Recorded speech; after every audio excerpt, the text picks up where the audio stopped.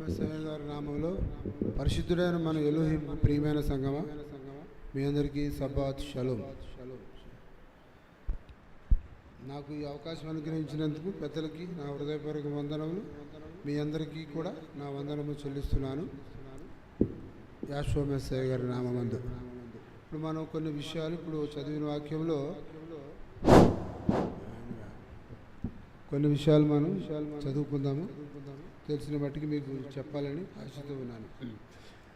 యోహాను రాసిన 15వ అధ్యాయంలో 7వ వచనం కాడి నుంచి 15 వరకు చదివితే, నా యందు మీరును మీ యందు నా మాటలు నిలిచిన ఎడల మీకేది ఇష్టమో అడుగుడి, అది మీకు అనుగ్రహింపబడును.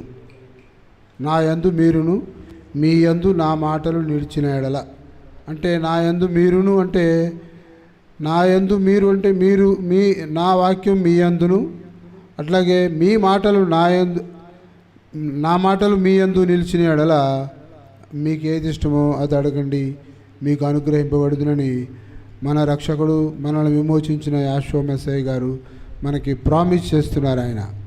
ఆయన వాక్యం ఉపదేశంలోకి వెళ్ళే ముందు నా కొరకు మన షమ్మయ్య బ్రదర్ గారు ప్రార్థన చేయాలని హృదయపూర్వకంగా వేడుకుంటున్నాను.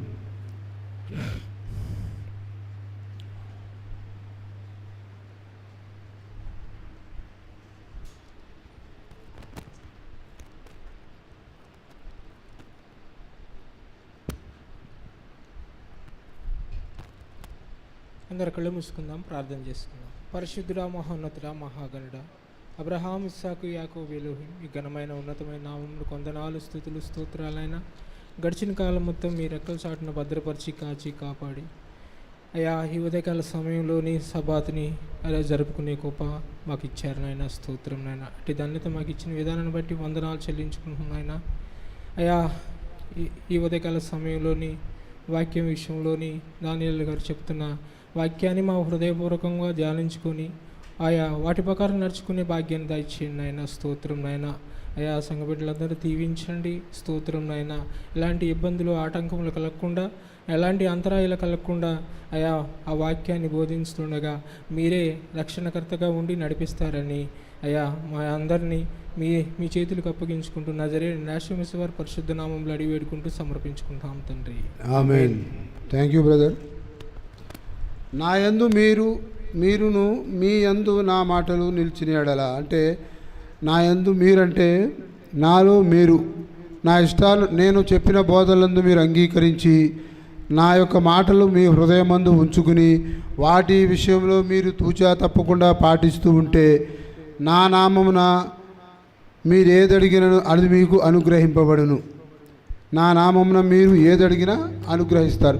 మనం అందరం ఎలోహింకి, పరమ తండ్రి గారికి మనం ప్రార్థన చేసినప్పుడు మనం ఎవరి ద్వారా పోతాము? త్రూ ప్రాపర్ ఛానల్ యాషోవా మెస్సయ్య గారి దారి పోతాం. అందుకనే మీరు తండ్రిని నా పేరట ఏమడిగినను తండ్రి మీకు అనుగ్రహించునని మీతో నిశ్చయముగా చెప్పుచున్నానని యోహాను 16:23 రక్షకుడు మన కొరకు చెప్పి ఉన్నారు. మనం ఏమడుగుతాం ఆయన్ని? సహజంగా మన వయసును బట్టి ఉంటాయి మన కోరికలు. వయసును బట్టి తర్వాత పెద్ద అయిన వారు రకరకాల కోరికలు ఉంటాయి. అవన్నీ ఆయన దృష్టికి అంగీకారముగా ఉండాలి తప్ప మనం అడిగేది ఆయనను శోధించకూడదు. అది మనకు అవసరమై ఉండాలి, లేకుంటే అది మనకు అనుగ్రహింపబడదు. అది కాకుండా మనము మన దర్జాగా మన లైఫ్ స్టైల్ బాగుండాలి అని అడిగితే కూడా తప్పే. అదే ఆయనను శోధించడం అంటే అది మనకి ఏది అవసరం? ఇప్పుడు వయసు చిన్న పిల్లలు ఉన్నారు, ఎగ్జామ్ రాస్తారు. తండ్రి మేము ఎగ్జామ్ రాసాము, మేము మంచి మార్కులతో పాస్ అవ్వాలని ఆయన్ని వేడుకుంటారు. అది న్యాయమే కదా. మనం ఎగ్జామ్ బాగా రాయాలి, ఆయన మనల్ని పాస్ చేపిస్తారు. అంతేగాని ఎగ్జామ్ రాయకుండా తండ్రి నన్ను పాస్ చేయించంటే అది కుదరదు. ఆయన చేయగలడు కదా అనుకుంటే అది ఆయన శోధించటం. ఆయన ప్రేమ గలవాడు, దయగలవాడు, న్యాయవంతుడు. ఆయన న్యాయవంతుడు. అది మనం అడిగే పని కూడా న్యాయంగా ఉండాలి. అలాగే పెద్దవాళ్ళు ఏం చేస్తారు? బాగా చదువుకున్న పిల్లలు మంచి ఉద్యోగం కోసం అప్లై చేస్తారు. వాళ్ళకున్న క్వాలిఫికేషన్ బట్టి దానికి ఒక ఐఏఎస్ ఆఫీసర్ అవ్వచ్చు, ఐపీఎస్ పెద్ద గొప్ప డైరెక్టర్లు అవ్వచ్చు. వాటన్నిటికీ కావాల్సిన ఎడ్యుకేషన్ ఇంపార్టెంట్ కదా. ఆ ఎడ్యుకేషన్ ఉంటే మీరు దానికి ఎలిజిబుల్ అయితే తప్పకుండా అనుగ్రహిస్తాడు ఆయన. ఎందుకంటే ఆయన దగ్గర ఎన్నో ఈవులు ఉన్నాయి. మనం అడిగేది న్యాయమైన కోరిక కదా. మనం చదువుకున్నాం, చదువు లేకుండా అడగట్లేదుగా, చదువుకున్నాము కాబట్టి దానికి తగ్గట్టు నేను మంచి ఉద్యోగం చేసుకోవాలి తండ్రి, మీ నామమును ఘనత కలుగుగా కానీ అడిగితే తప్పకుండా అనుగ్రహిస్తాడు. మనకి దానికి కావలసిన మార్గం కూడా మనకి చూపిస్తాడు. ఎవరు ఎన్ని అడ్డంకులు వచ్చినా అవన్నీ తొలగిస్తాడు ఆయన. ఆయన మన తండ్రి, మన రక్షకుడు, మనలను అనుదినము కాపాడుతున్న మన రక్షకుడు కాబట్టి మనల్ని ఆయన అన్నడు విడిచిపెట్టడు. మీరు తండ్రిని నా పేరట ఏమడిగినా, తండ్రిని అడుగుతాము, ఆయన పేరట తప్పకుండా అది అనుగ్రహించునని ఆయన చెప్పారు. ఎందువలన అంటే యోహాను 16:27లో, యోహాను 16:27 ఒక వాక్యం ఉంది. మీరు నన్ను ప్రేమించి నేను ఎలోహిము యొద్ద నుండి బయలుదేరి వచ్చితునని నమ్మితిరి కనుక తండ్రి తానే మిమ్మల్ని ప్రేమించుచున్నాడు. సరే, ఎందువలన ఆయన మనం అడిగినవన్నీ మనకు అనుగ్రహిస్తాడు అంటే, మీరు నన్ను ప్రేమించడం అంటే ఆయన చెప్పిన మాటలు మనం విని వాటిని గైకొనడం ద్వారా, నేను ఎలోహిము దగ్గర నుంచి బయలుదేరి వచ్చితునని మీరు నమ్మితిరి కనుక ఆ తండ్రే మిమ్మల్ని ప్రేమించి నా నామమున ఏది అడుగుతారో అది మీకు అనుగ్రహిస్తాడని మన రక్షకుడు, మన విమోచకుడైన యెహోవా మెస్సీయ గారు చెప్తున్నారు. ఏది అడిగినా కూడా మనం మన అవసరానికి మనకు కావాల్సినవి అడగాలి. మనకి సపోజ్ ఒక ఇల్లు కట్టుకుంటున్నాం, దానికి కావలసిన ధనము సహాయం అనుగ్రహించాలంటే అది న్యాయమైన కోరికే, ఇస్తాడు ఆయన. ఏదో ఒక చోట నుంచి బ్యాంకు లోన్ కానీ ఏది కానీ అన్నీ మనం చేసే ప్రయత్నాలన్నీ ఈజీగా అయిపోతుంటాయంటే ఆయన కుడిహస్తం మనకు సహాయం ఉంది కాబట్టి ఆ పనులు అవుతున్నాయి. అలాగే మన ఏదైనా కూడా ఒక పిల్లలు అడుగుతారు, యుక్త వయసులో ఉన్న పిల్లలు, వివాహం చేయించుకునే పిల్లలు ఏంటంటే నాకు మంచి భర్త, విశ్వాసము కలిగిన భర్త కావాలని అడుగుతారు. అది చాలా న్యాయమైన కోరికే. అటువంటిది కూడా ఆయన ఏర్పరుస్తారు. మనం ఎన్నో సంబంధాలు చూసినా ఎక్కడో ఎవరికీ తెలియని సంబంధం వచ్చి మన ముందు పడుతుంది. అది ఆయన చిత్తం. అలాగే నాకు గుణవతి గల భార్య కావాలి అని ఒక పురుషుడు అడిగితే అటువంటి వారిని అనుగ్రహిస్తాడు ఆయన అది న్యాయమైన కోరికలే కదా. వాటి విషయంలో ఆయన మనకి తప్పకుండా సహాయం చేస్తాడు. మనం ఏది అడిగినా కూడా మనం పొంది ఉన్నాము అని అనుకోవాలి. ఆయన చేస్తాడా? డౌట్ అనేది ఉంటే అంతకంటే ఘోరమైన అవిశ్వాసం, పాపం ఇంకోటి ఉండదు. ఆయన అడగకుండా నీ సొంత నిర్ణయం నువ్వు తీసుకుంటూనే బెటరు. అవిశ్వాసము కానీ ఆయన చేయుళ్ళే ఏమోలే అనుకుంటే నిజంగా ఆయన అడగకుండటమే మంచిది. నీకున్న శక్తిని బట్టి, నీకున్న హోదాని బట్టి నువ్వు ముందుకు వెళ్ళిపోతేనే అదే బాగుంటుంది తప్ప ఆయన అడిగి ఆయనంత నమ్మకం, విశ్వాసం ఉండకుండా ఉంటే కనుక ఆయనను శోధించినట్టు అవుతుంది. ఆయన పరిశుద్ధమైన నామాన్ని అవమానించినట్లు అవుతుంది. కనుక మనం అడిగేటప్పుడు చాలా జాగ్రత్తగాను, చాలా పొందినట్టుగాను ఉండి విశ్వాసంతో అడగాలి ఆయన మనకి. ఎందుకంటే ఆయన మనల్ని పుట్టించినవాడు, ఆయన మనల్ని పోషిస్తున్నవాడు, ఆయన మనల్ని కాపాడుతున్నవాడు కూడా ఆయనే. విత్తనము విత్తుతాడు, మొక్క వస్తుంది, నీరు పోయకుండా ఉంటాడా? ఆ విత్తనం నాటిన వ్యక్తి నీరు పోస్తాడు కదా. అట్లాగే తండ్రి కూడా, పుట్టించిన తండ్రి మనల్ని పోషించక మానడు. మనకి ఎంత అవసరమో అంతే ఇస్తాడు ఆయన.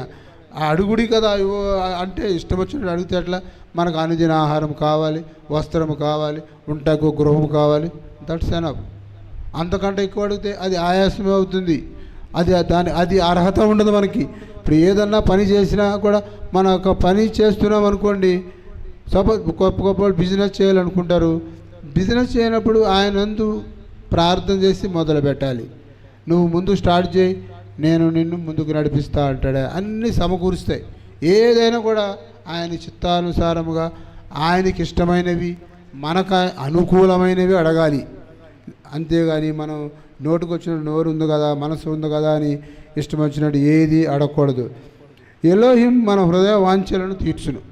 మన హృదయ వాంఛలు అంటే మన హృదయం ఎటువంటిది? చాలా భయంకరమైంది. ఎన్నెన్నో ఆలోచనలు వస్తాయి, ఊహలకు అందని ఆలోచనలు వస్తాయి.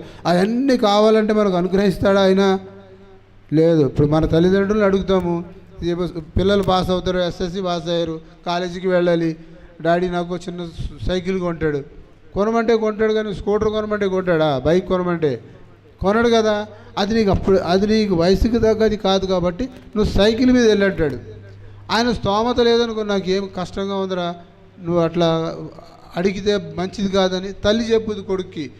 తండ్రి ఏమనుకుంటాడు, అరే నా కొడుకు అడిగాడు కొనకపోతే ఎట్లా అనే ఆలోచనలు ఆయన ఉంటాడు. తల్లి ఏం చేస్తుంది, మనకంత స్తోమత లేదు కదా, కొంచెం బాగా చదువుకో తర్వాత చూద్దాంలే అని తల్లి నచ్చ చెప్తుంది.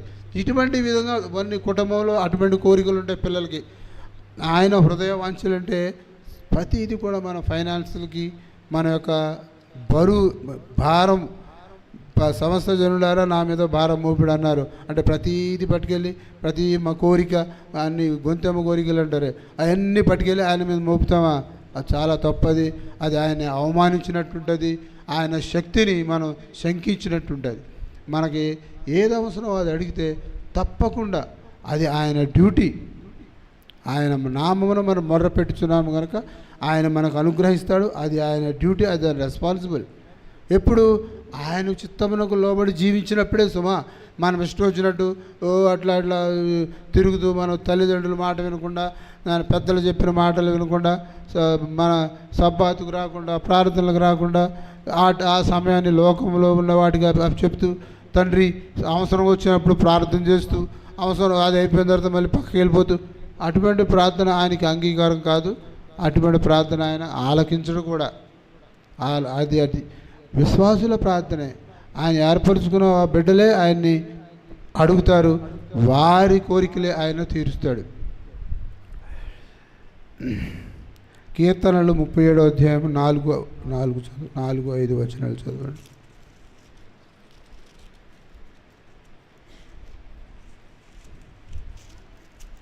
కీర్తనలు 37:4-5. యెహోవాను బట్టి సంతోషించుము, ఆయన నీ హృదయ వాంఛలను తీర్చును. నీ మార్గమును యెహోవాకు అప్పగింపుము, నీవు ఆయనను నమ్ముకొనుము, ఆయన నీ కార్యము నెరవేర్చును. ఆయన నమ్ముకో.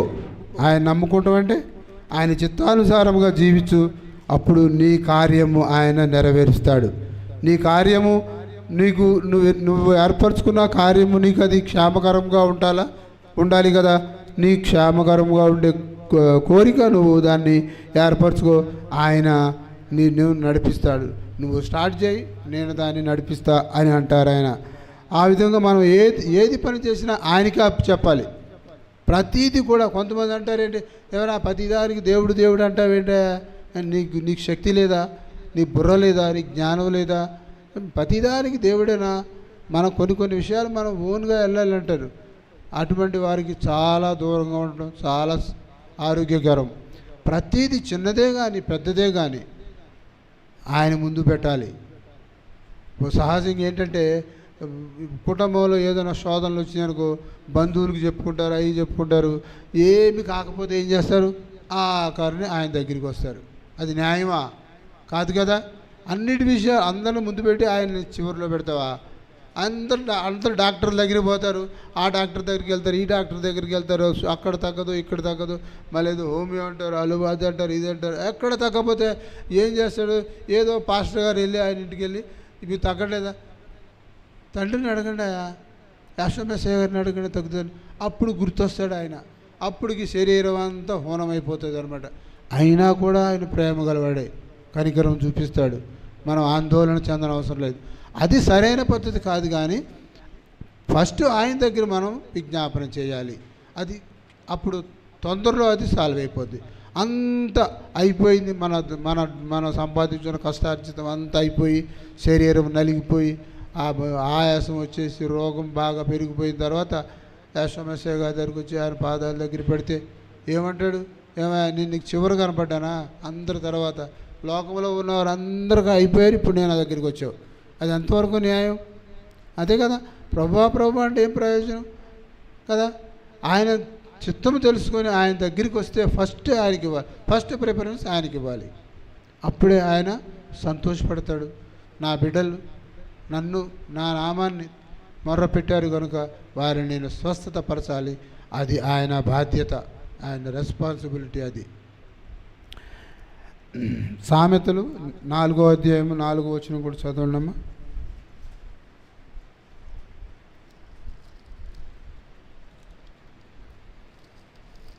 ఆయన నాకు బోధించుచు నాతో ఇట్లా నేను నీ హృదయము పట్టుదలతో నా మాటలను పట్టుకొనిమ్ము, నా ఆజ్ఞలను గైకొన్ని ఎడల నీవు బ్రతుకుదు. ఆయన ఆజ్ఞలను ప్రతిదానికి కూడా ధర్మశాస్త్రం ఇంపార్టెంట్. ప్రతి విషయానికి మనం ఏ పని చేసినా, ఎక్కడికి వెళ్ళినా, ఎక్కడున్నా ఆయన సహాయం మనకి కావాలంటే ఫస్ట్ ధర్మశాస్త్రం. నువ్వు ఆ ధర్మశాస్త్రానికి లోబడి ఉంటేనే ఆయన కుమారుడిగా పిలువబడతావు. నువ్వు ఆ ధర్మశాస్త్రానికి లోబడి ఉంటేనే ఆయన దాసుడిగా పిలువబడతావు, ఆయన స్నేహితుడిగా పిలువబడతావు. అంతేగాని అన్నీ ఆ పాస్టర్ అలాగే చెప్పుకుంటూ పోతారులే, తల్లిదండ్రులు ఇలాగే చెప్తారులే, ఏదైనా వస్తే వాళ్ళు చూసుకుంటారులే, మనకెందుకు, మన లైఫ్ మనం ఎంజాయ్ చేద్దాం అనుకుంటే కాదు కదా. ఆయన ఆజ్ఞలు కనుక్కుంటే నువ్వు బ్రతుకుదోవు. ఆయన ఆజ్ఞలు గైకొనిన యెడల నీ కార్యము సఫలమవుతుంది. ఆయన ఆజ్ఞలు గైకొనడం ద్వారా నువ్వు ఏదైతే మనసులో అనుకుంటున్నావో అది ఆయన ఎరిగి, నువ్వు అడిగినా అడగకపోయినా తప్పకుండా ఆయన మనకి తీరుస్తాడు. అడిగినవన్నీ తీరుస్తున్నాడంటే మనకి ఏది అవసరం అంతవరకే. మనకి తిండి, ఆహారము, బట్ట, ఇల్లు, సరైన జీవనోపాధి ఉంటే చాలు. అంతకంటే ఎక్కువ ఉంటే ఆయన ఏంటంటే మాకు చేసేది ఇదంతా నా కష్టార్జితం అనుకుంటారు. అంతకన్నా తక్కువైతే ఆయన నాకు ఏం చేస్తున్నాడు, ఆయన నాకు ఏం చేయలేదు కాబట్టి చూడు ఈ లంచాలు తీసుకున్నా, దొంగతనం చేస్తున్నా అని ఆయన మీద నింద మోపుతాడు. దేనికైనా లిమిట్, మన స్తోమతను బట్టి పోవాలి. అధికమైన భారం మనం మొయ్యలేము, పెట్టుకోకూడదు కూడా. నీ హృదయం పట్టుదలతో అంటే శ్రమపడాలి. No pain no gain. శ్రమపడాలి, కష్టపడితేనే దానికి రిజల్ట్ ఉంటుంది, అందులోనే సంతోషం ఉంటుంది. పట్టుదలతో అడగాలి. పట్టుదలతో అడుగుతూనే ఉండాలి వచ్చే వరకు. 2 రోజులు అడిగాం రాలేదు, 3 రోజులు అడిగాం రాలేదు, సంవత్సరాల నుంచి అడుగుతూనే ఉన్నారు. అబ్రహాం సంవత్సరాల నుంచి అడుగుతున్నాడు.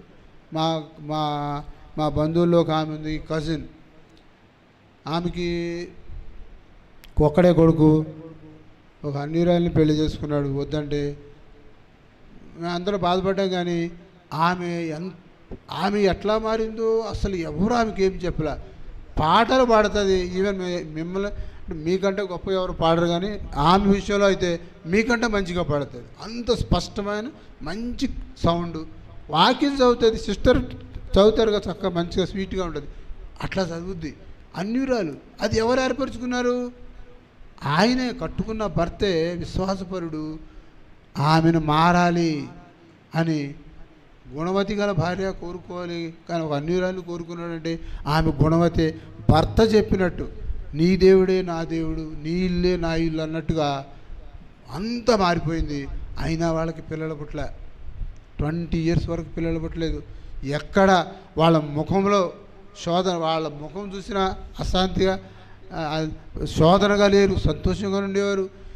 కొంతమంది ఏంటి, పిల్లలు పుట్టకపోతే కనిపించిన పిల్లలందరినీ ఎత్తుకుని ముద్దాడుతూ ఉంటారు.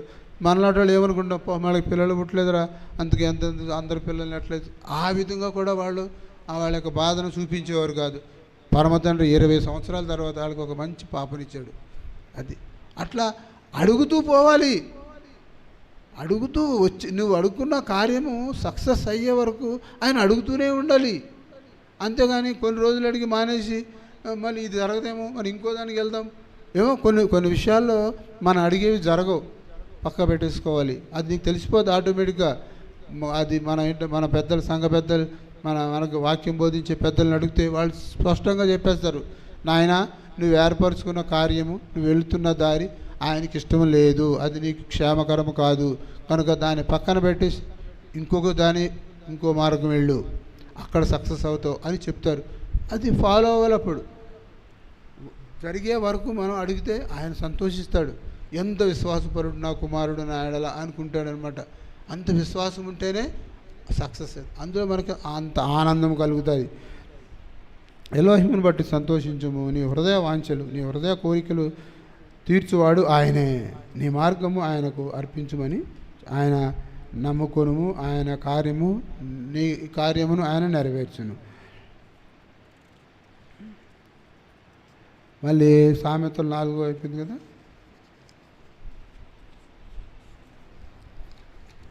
సామెతలు 10:24. నీతిమంతులు ఆశించున్నది వారికి దొరుకును. నీతిమంతులు అంటే ఎవరు? అబ్రహాము నీతిమంతుడు. అబ్రహాం ఏమన్నా ఆశించాడా తండ్రి దగ్గర? ఏమి అసలు నాకు ఇది కావాలి అది కావాలని ఏం ఆశించలే. కామన్ మ్యాన్గా ఆయన అక్కడికి వెళ్ళాడు ఇక్కడికి వెళ్ళాడు మొత్తం అంతా ఆ ప్రాంతం అంతా తిప్పాడు ఆయన. అబ్రహాం ఎక్కడ విసుగుదల లేకుండా ఆయన చెప్పినట్టు పోతూనే ఉన్నాడు. కానీ ఆయన ఇప్పుడు ఆయన ఫాదర్ ఆఫ్ నేషన్స్. ఆయన పేరు చెప్పుకొని అన్యులు కూడా ఆయన పేరు చెప్పుకుంటారు. ఇప్పుడు అబ్రహాం పేరు తెలవని వాడు అన్నిళ్ళు కూడా చాలామంది, అసలు ఎవరు లేరు కూడా, అందరూ ఉన్నారు. అంత గొప్ప పేరు ఆయన. ఎందుకంటే నీతిమంతులు ఆశించేది వాళ్ళకి దొరుకుతుంది. నీతిమంతులు అంటే ధర్మశాస్త్రానుసారంగా జీవించేవారు, ఆయనకి లోబడి జీవించేవారు, అది వారికి దొరుకుతుంది. మనం నీతిమంతులు ఏం ఆశిస్తారు? సరైనది ఆశిస్తారు. వాళ్ళకి ఏది అవసరం అదే అడుగుతారు. తండ్రిని శోధించే అడగరు. నాకు అది కాదు, గొప్ప అది కావాలి, BMW కారు కావాలి. నీకు కారు కావాలంటే దాన్ని నువ్వు పెట్రోల్ పోసుకుని నడిపే శక్తి నీకు ఉంటే నీకు ఇస్తాడు ఆయన. అంతేగాని కారు కొని చేసిన తర్వాత పెట్రోల్ డబ్బులు కూడా ఇయ్యి అలాగంటే కాదు. అది మనకు అవసరం లేదు. అది మన స్తోమతకి ఎంతో అదే ఉండాలి. అది ఎవరికి ఇవ్వాలో వాళ్ళకి ఇస్తాడు. అది పొందే అర్హత ఉన్న వాళ్ళకి కూడా ఇస్తారు. అది కూడా ఆయన ఇచ్చిందే. వాళ్ళు ఏమనుకుంటారు? కొంత భక్తులు వాళ్ళ దగ్గర చాలామంది పెద్ద పెద్ద కార్లు ఉంటాయి, విశ్వాస పరుల దగ్గర ఉంటాయి. వాళ్ళు ఏమనుకుంటారు? ఇది మాకు తండ్రి అనుగ్రహించాడండి, మేము అడగకుండానే కొనిచ్చారు ఆయన. Yes, that is correct. అట్లా ఆయన బట్టి ఆయన ఎంత విశ్వాసం ఉంచారు కాబట్టి నీకు అది అవసరం, నీకు దానికి you are eligible for that కాబట్టి నీకు ఆయన ఇచ్చాడు ఆయన ఆ విషయంలో ఆయన సంతోషిస్తాడు. ఎవరైనా కానీ అడుగుడి మీకు ఇవ్వబడును, అడుగు ప్రతివాడును పొందును. అడుగు ప్రతివాడు పొందుతాడంట. అడుగుడి మీకు ఇవ్వబడును. అడుగు ప్రతివాడు పొందటం అంటే అడిగేది ఏదో అది మన అవసరం కొద్ది అడిగితే అది ప్రతీది మనకు అనుగ్రహించబడుతుంది. ఆ విషయంలో మీరు యోహాను 14:13లో మీరు నా నామమున ఎలోహిముని అడుగుదురు, తండ్రి కుమారుని యందు మహిమపరచుటకై దానిని ఆయన చేస్తారట. చదవండి యోహాను 14:13. మీరు నా నామమున దేన్ని అడుగుదురో తండ్రి కుమారుని యందు మహిమపరచబడుటకై దాన్ని చేతును. అది ఇక్కడ మన యాశ్వమేశయ్య గారి నామాలు అడుగుతుంటే అక్కడ తండ్రి నామము ఘనపరచబడాలి. తప్పకుండా తండ్రి అది జరిపించి తీరుతాడు. అక్కడ మనం తండ్రిని మహిమపరుస్తాం. ఫర్ ఎగ్జాంపుల్ మత్తయి 15:29 నుంచి, మత్తయి 15:29 నుంచి చదవండమ్మా. యాషువ అక్కడి నుండి వెళ్ళి గలిలయ సముద్ర తీరమునకు వచ్చి కొండెక్కి అక్కడ కూర్చుండగా బహుజన సమూహములు ఆయన యుద్ధకు కుంటివారు, గుడ్డివారు, మూగవారు, అంగహీనులు మొదలైన అనేకులను తీసుకుని వచ్చి ఆయన పాదముల యొద్ద పడవేసిరి. ఆయన వారిని స్వస్థపరిచెను. మూగవారు మాటలాడుటయును, అంగహీనులు బాగుపడ్డయును, కుంటివారు నడుచుటయును, గ్రుడ్డివారు చూచుటయును జనసమూహము చూచి ఆశ్చర్యపడి ఇశ్రాయేలు ఎలోహింని మహిమపరిచిరి. అది అక్కడ ఎవరికి మహిమ కలిగింది? యాశ్వమేశయ్య నామం ద్వారా పరమ తండ్రికి మహిమ కలిగింది. ఈయన చేసే కార్యములన్నీ కూడా వాళ్ళు ఏమనుకుంటారు? తండ్రి శక్తి ఆయనలో లేకపోతే, తండ్రి ఆత్మ ఆయనలో లేకపోతే ఇటువంటి పనులు ఆయన చేయలేడు. కనుక అక్కడ తండ్రిని ఘనపరిచారనమాట. అది యాశ్వమేశయ్య గారు వచ్చింది కూడా తండ్రి నామాన్ని ఘనపరచడాకే, ఆయన నామాన్ని గొప్ప చెప్పుకోవడం కాదు కదా. తండ్రి నామాన్ని ఘనపరచడాకే ఆయన మన పంపబడ్డాడు. ఇక్కడ ఆయన చేసే ప్రతి క్రియ కూడా తండ్రి నామాన్ని ఘనపరచడాకే. నా తండ్రిని నేను ఘనపరుస్తున్నట్లు మీరును తండ్రిని నన్ను ఘనపరచమని చెప్తారు ఆయన. ఇక్కడ ఆయన చేసిన కార్యాలన్నీ కూడా గుడ్డివారు, మూగవారు అందరూ స్వస్థపరచడం వల్ల అరే ఈయనలో తండ్రి ఉన్నాడు కాబట్టి, తండ్రి ఆత్మ ఈయనలో ఉంది కాబట్టి ఇటువంటి కార్యాలు ఈయన చేయగలుగుతున్నాడే కానీ మరి ఇక వేరేది కాదు అని వాళ్ళు గ్రహించారు. వాళ్ళు కూడా అంతకుముందు ఎన్నో అద్భుతాలు వాళ్ళ ప్రవక్తల ద్వారా చూసి ఉన్నారు కాబట్టి ఈయన నిజంగా తండ్రి కుమారుడే అని తెలుసుకొని ఆయన కూడా ఘనపరిచారు. యోహాను 14:1లో తండ్రి యందు విశ్వాసముంచుడి, విశ్వాసముంచుతున్నారు, నా యందును విశ్వాసముంచుడి. మీరు ఎలాగ తండ్రి యందు విశ్వాసం ఉంచుతున్నారో నా యందు కూడా విశ్వాసం ఉంచుడి. మీరు తండ్రిని అడిగినప్పుడు తండ్రి మీకు చేస్తారు కదా, అలాగే నన్ను కూడా అడగండి, మీకు ఏది అవసరమో అది కూడా నేను మీకు చేస్తాను అని ఆయన ఆ యొక్క ప్రజలను ఉద్దేశించి పలికిన మాట అనమాట. నేను తండ్రి యందును మీరు నా యందును, యోహాను 14:20లో నేను తండ్రి యందును మీరు నా యందును, నేను తండ్రి యందును మీరు నా యందును అంటే నేను తండ్రి యందు అంటే నేను తండ్రి చిత్తము నెరవేర్చుటలో తండ్రి వాక్యం నాలో ఉంది. మీరు నా యందును, నా యందు మీరు నా వాక్యములో అని అర్థం అన్నాడు అక్కడ. నేను మీ యందును ఉన్నామని, అక్కడ తండ్రి నాలో ఎట్లా ఉన్నాడో అలాగే నా మాటలు మీ యందు ఉన్నప్పుడు నేను మీలో ఉన్నానని ఆ దినమున మీరెరుగుదురు, ఆ దినమున మీరెరుగుదురు అని చెప్తున్నారు ఆయన. మరియు మీరు ప్రార్థన చేయనప్పుడల్లా అడిగిన వాటిని పొంది ఉన్నామని నమ్ముడి. అడిగిన వాటిని పొంది ఉన్నామని నమ్ముకోవాలి, లేకపోతే అది మనకి అవిశ్వాసంతో సమానం. ఇన్ని అడుగుతున్నాం కదా, ఒక భక్తుడు మనం ఏది అడిగినా మనం మన అవసరం గురించి అడుగుతాం, మన ఇరుగు పొరుగు వాళ్ళ గురించి అడుగుతామా? అడగాలి. మనమే కాదు, మన బంధువులు, మన ఇరుగు పొరుగువారు, మనతో పాటు వాళ్ళు కూడా వాళ్ళ విషయంలో కూడా అడగాలి. ప్రే చేసేటప్పుడు మన పెద్దలు సార్ ఏమంటారు, అందరి గురించి ప్రార్థన చేస్తారు, దేశ నాయకుల గురించి. అలాగే ప్రార్థన చేసేటప్పుడు కూడా స్వార్థంగా మనదే కాకుండా మన ఇరుగు పొరుగునవారు, మన బంధువులు, బేదలు, అనాథలు, విధవరాలు, మనకు తెలుసున్నవారు, ప్రతి ఒక్క మనకు కనబడిన ప్రతి వ్యక్తి గురించి కూడా, వాడు ఎవడో మనకు తెలవకపోయినా వాడు ఒక కుంటివాడు అనుకోండి, అరే ప్రార్థనలో గుర్తొచ్చినప్పుడు వాడిని కూడా జ్ఞాపకం చేసుకో తండ్రి అని అడగాలి. అది ఆయనకి ఇష్టమైన ప్రార్థన. మనం కొన్ని విషయాలు దావీదు గారి నుంచి తెలుసుకుందాం. దావీదు గారు ఏం అడిగారు ఏంటని. దావీదు గారు ఏంటి, ఆయన పెద్ద రాజు కదా. రాజు ఏమని అడుగుతారు అని సహజంగా రాజు యొక్క క్యారెక్టర్ ఎట్లా ఉంటుంది, నేను రాజుని, పెద్ద నాది దేశం, నా చుట్టూ ఉన్న ఇరుగు పొరుగు రాజ్యాలన్నీ నాకు లోబడాలి, వాటిని నేను జయించాలి, వాళ్ళందరూ నాకు పన్ను కట్టాలి, నేను నా ప్రజలు జల్సాగా బ్రతకాలి అని రాజు గర్విస్తాడు. కానీ దావీదు గారు ఆయన ఎప్పుడు అటువంటి ప్రార్థన అలా చేయలేదు. ఆయన దావీదు గారు ప్రార్థన ఎప్పుడు కూడా ఎట్లా ఉంటుందో ఒకసారి చూద్దాం. కీర్తనలు 25:4-5.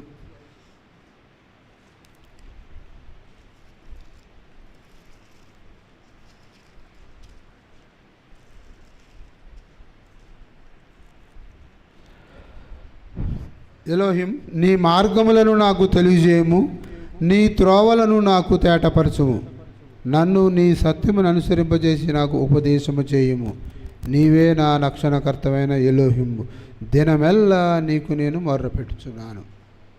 ఇందులో అడిగిందేంటి, నీ మార్గమును నాకు తెలియజేయము, నీ త్రోవలు నాకు తేటపరచుము, నీ సత్యమును అనుసరింపజేసి నాకు ఉపదేశము చేయము, నీవు తప్ప నాకు వేరే రక్షకుడు వేరొక ఎలోహిం లేరని ఆయన మొర్రపెట్టుతున్నాడు. ఆయన కీర్తనలు 145, 17, 18, 19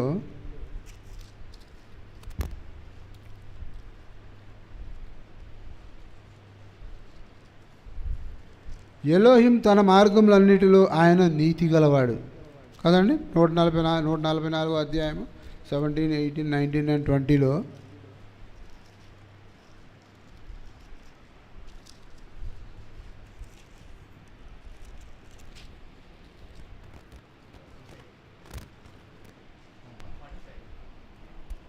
ఎలోహిం తన మార్గములన్నిటిలో నీతి గలవాడు. ఆయన అన్నిటి విషయంలో ఆయన నీతిగల తండ్రి.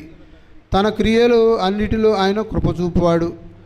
ఆయనకు మొర్రపెట్టి వారందరికీ, నిజముగా మొర్రపెట్టి వారందరికీ ఆయన అతి సమీపంలో ఉంటాడు. దావీదు గారు కూడా ఆ విధంగానే మొరపెడుతూ ఉండేవారు. ఆయన భక్తుల యందు, ఆయన యందు భయభక్తులుగా వారి కోరిక ఆయన నెరవేర్చును, వారి మొర్ర ఆలకించి వారిని రక్షించును. యెహోవా తన్ను ప్రేమించు వారందరినీ కాపాడును. అది అందరినీ, ఆయన ప్రేమించు వారందరినీ. దావీదు ప్రార్థన ఇట్లా ఉంటుంది. ఆయన ఎప్పుడు కూడా ఆయన త్రోవలు సరిగ్గా ఉండాలని, ఏ పాపం చేయకుండా ఉండాలని నీ నిత్యానుసారముగా నన్ను నడిపింపుము, నీ మార్గము నాకు స్పష్టముగా కనపరచుమని ఆయన ఎలోహిం గారిని మొర్రపెట్టుకుంటాడు. తర్వాత కీర్తనలు 141:4 పాపము చేయువారితో కూడా దుర్నీతి కార్యములలో తిరగనీయకుము. మనం కూడా చేసే ప్రార్థనలు అదిగా దినదినము. మనం బయటికి వెళ్తాం, ఆఫీస్కి వెళ్తాం, కాలేజీకి వెళ్తాం, ఏదో పని మీద బయటికి వెళ్తాం. ఏ పాపము నన్ను ఏలనీయకము, ఎటువంటి కార్యము నా దగ్గర రాకుండా మీరు నన్ను కాపాడండి, క్షేమంగా వెళ్ళి క్షేమంగా రావాలి. ఈయన చేసేది కూడా అదే. 141:4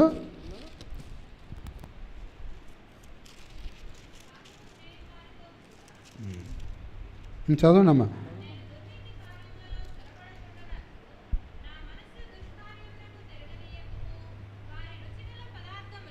అది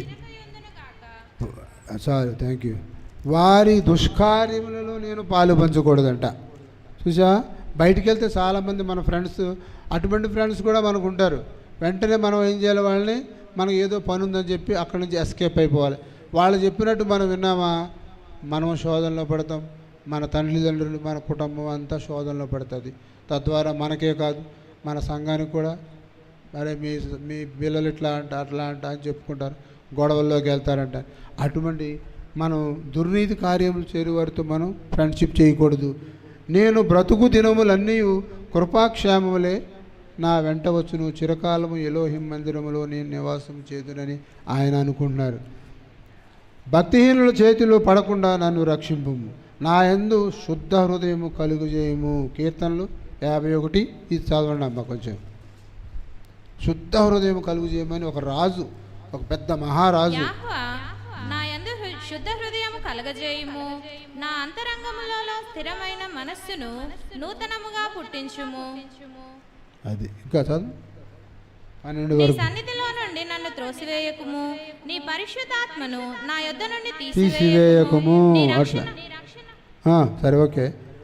ఎలోహిం నా యందు శుద్ధ హృదయం కలుగు చేయమని ఒక రాజుగారు అడుగుతున్నారు పరమ తండ్రిని. రాజు అట్లాంటి అడుగుతాడా? అహంకారంగా, గర్వంగా, నేను రాజుని, నాకంటే గొప్పవాడేవాడు అని గర్వపడే రాజులు మనం చాలామందిని చూస్తుంటాం ఇందులో. ఆయన అట్లా లేడు. బాల్యము నుంచి ఆయన ఎరిగినవాడు కనుక ఆయన నా యందు శుద్ధ హృదయం కలుగు చేయమన్నాడు. ఆయన నా అంతరంగంలో స్థిరమైన మనస్సును నూతనముగా పుట్టించుము, నీ సన్నిధిలో నుండి నన్ను త్రోసివేయకము, నీ ఆ పరిశుద్ధాత్మ నా యొద్ద నుండి తీసివేయకమని ఆయన పాదములతో పడి ప్రార్థన ద్వారా మొర్రపెట్టుకున్నాడు. ఆయన అటువంటి ప్రార్థన ఆయనకి చాలా ఇష్టము. ఎంత పరిశుద్ధుడైనా, ఎంత పవిత్రమైన స్వభావం గలవాడైనా ఆయన పాద సన్నిధిలోకి వెళ్ళినప్పుడు, నేను పాపిని తండ్రి, నా మొర ఆలకించి నన్ను కాపాడు, నా దోషం, వాడేం పాపం చేయకపోయినా నా దోషములు క్షమించు తండ్రి అని ప్రార్థన చేస్తాడు. యోబు గారు చేశారు కదా. యోబు గారు చాలా పరిశుద్ధమైన వ్యక్తి, కానీ ఆయన పాపం చేసినట్టు ఎక్కడా బైబిల్లో లేదు.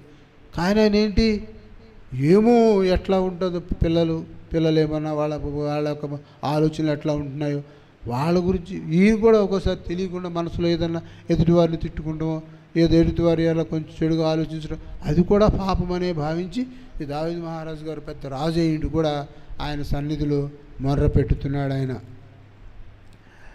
భక్తిహీనుల చేతిలో నుండి నన్ను పడకుండా నన్ను రక్షింపమన్నాడు. భక్తిహీనుల చేతిలో పడటం చాలా సులభం.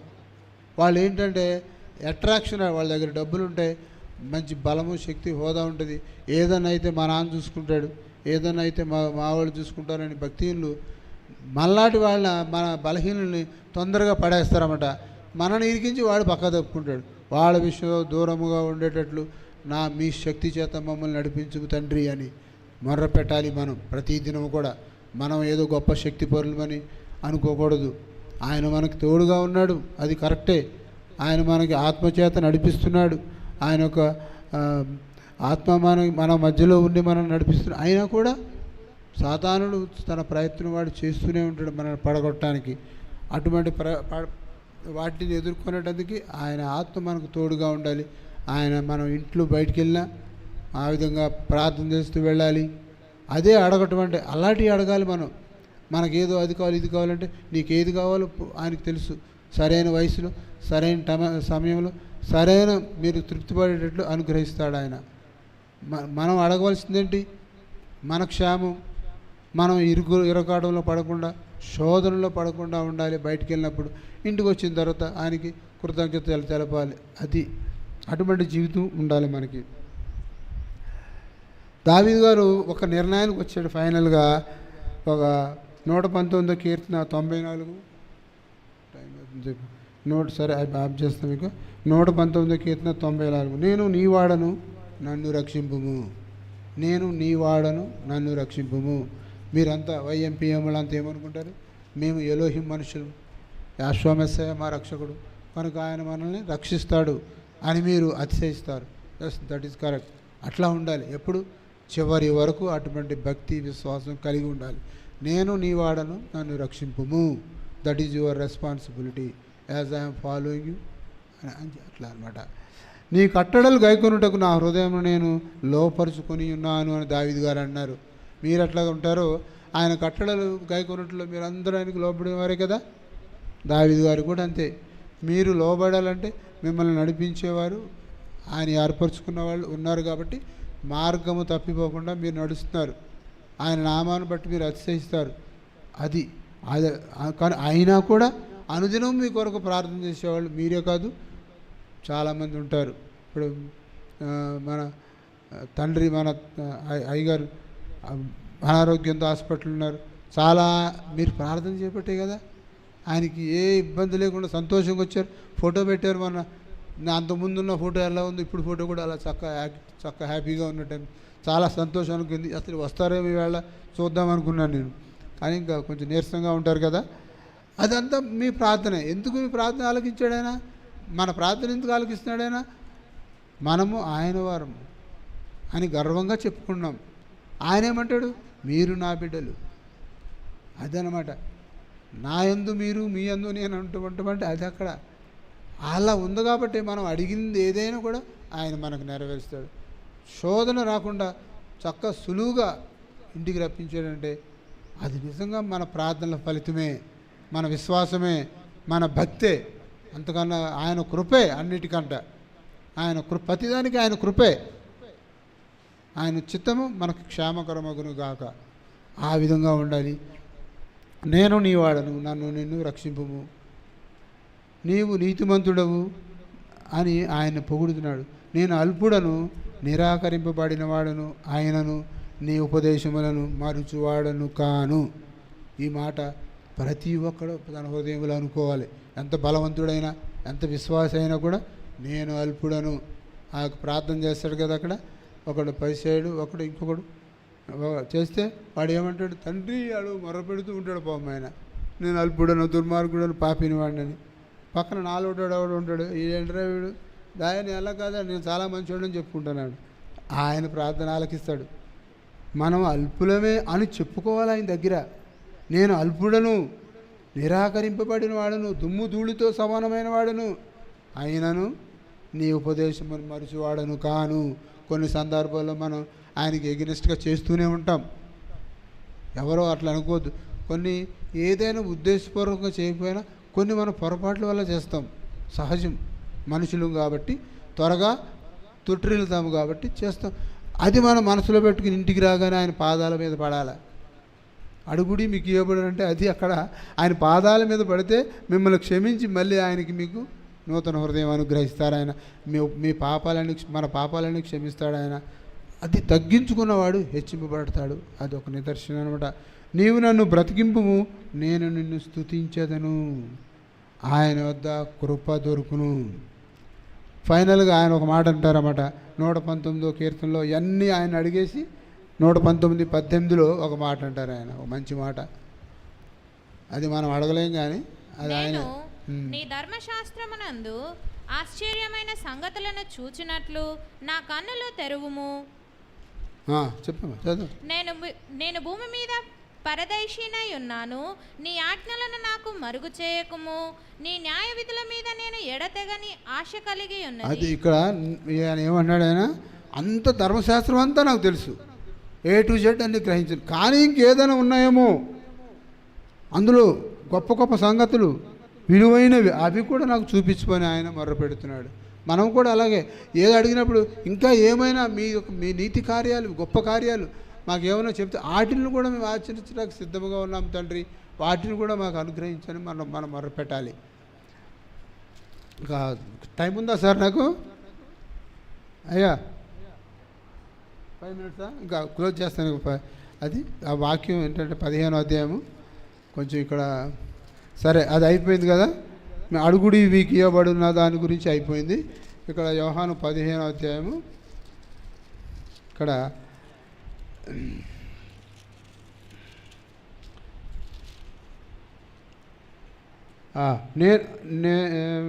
నేను మిమ్మును ప్రేమించిన ప్రకారము మీరు ఒకరినొకరు ప్రేమించుకోనవలెను, ఇది ఆజ్ఞ, నా ఆజ్ఞ. మనం ఒకరినొకరు ప్రేమించుకోవాలి అంటే ఒకరినొకరు సహాయపడాలి, ఒకరి విషయంలో ఒకరు ప్రతిదీ ప్రార్థనలో పెట్టుకోవాలి. వాడు మనకి తెలిసిన వ్యక్తి అయినా సరే ప్రార్థనలో పెట్టుకోవాలి. తర్వాత ఈయన ఏమంటున్నారంటే ఇక్కడ చాలా ఇంపార్టెంట్. నేను ఒకసారి సార్ 13 చదవన్నామా? 15-13. తన స్నేహితుల కొరకు తన ప్రాణము పెట్టువాని కంటే ఎక్కువైన ప్రేమ గలవాడెవడును ఎవడు? ఆయన మన స్నేహితుడు, మన కొరకు ప్రాణం పెట్టాడు. మన పాపముల నిమిత్తం మనల్ని మా మరణం నుండి రక్షించడానికి కొరకు ఆయన మనకు ప్రాణం పెట్టాడు. ఆయన మన స్నేహితుడు. ఆయన మన అబ్రహాముకు స్నేహితుడు, ఎలోహికు స్నేహితుడు అబ్రహాం కదా. అలాగే ఇక్కడ నేను నీకు ఆజ్ఞాపించి చేసిన మీరు నా స్నేహితులయ్యుందురు. అబ్రహాము స్నేహితుడు ఎలోహిం గారికి అన్ని పనులు చేశాడు. ఆయన మొత్తం ధర్మశాస్త్రంలో ఉన్న క్రియలన్నీ ఆచరించాడు కాబట్టి ఆయన స్నేహితుడు అని పిలువబడ్డాడు. నేను చేయబోయే కార్యంలో నా స్నేహితుడైన అబ్రహాముకు చెప్పకుండా ఉంటానా అన్నాడు ఆయన.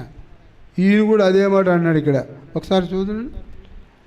మీరు నా స్నేహితులయ్యుందురు, నేను మీకు ఆజ్ఞాపించు వాటిని చేసిన ఎడల మీరు నా స్నేహితులయ్యుందురు. దాసుడు తన యజమానుడు చేయు దాన్ని ఎరుగడు గనక ఇక మిమ్మును దాసులని పిలువక స్నేహితులని పిలుచున్నాను. అది నేను మిమ్మల్ని స్నేహితులని పిలుస్తున్నానంట. ఎందుకనగా నేను తండ్రి వలన వినిన సంగతులన్నిటినీ మీకు చెప్పేశాను. ఇంకా మన ఇద్దరి మధ్యన ఏ విధమైన రహస్యం లేదు. స్నేహితుల మధ్యన రహస్యం ఉండదు. అన్నదమ్ముల మధ్యన రహస్యాలు ఉంటాయి, అక్క చెల్లెల మధ్యన రహస్యాలు ఉంటాయి. అబ్రహాం మధ్యన ఎలోహిం మధ్యన దేర్ ఇస్ నో సీక్రెట్స్. అలాగే ఈయన దగ్గర కూడా మనకు సీక్రెట్ లేవు కాబట్టి నేను మీ స్నేహితుడు అని చెప్తున్నాడు ఆయన. ఇప్పుడు ఆ స్నేహితుడు ఎక్కడున్నాడు? మన కొరకు తండ్రి సన్నిధానంలో అనుదినము విజ్ఞాపన చేస్తూనే ఉన్నారు ఆయన. ఒకటి చూడండమ్మా, అపోస్తుల కార్యము 7:15 లాస్ట్.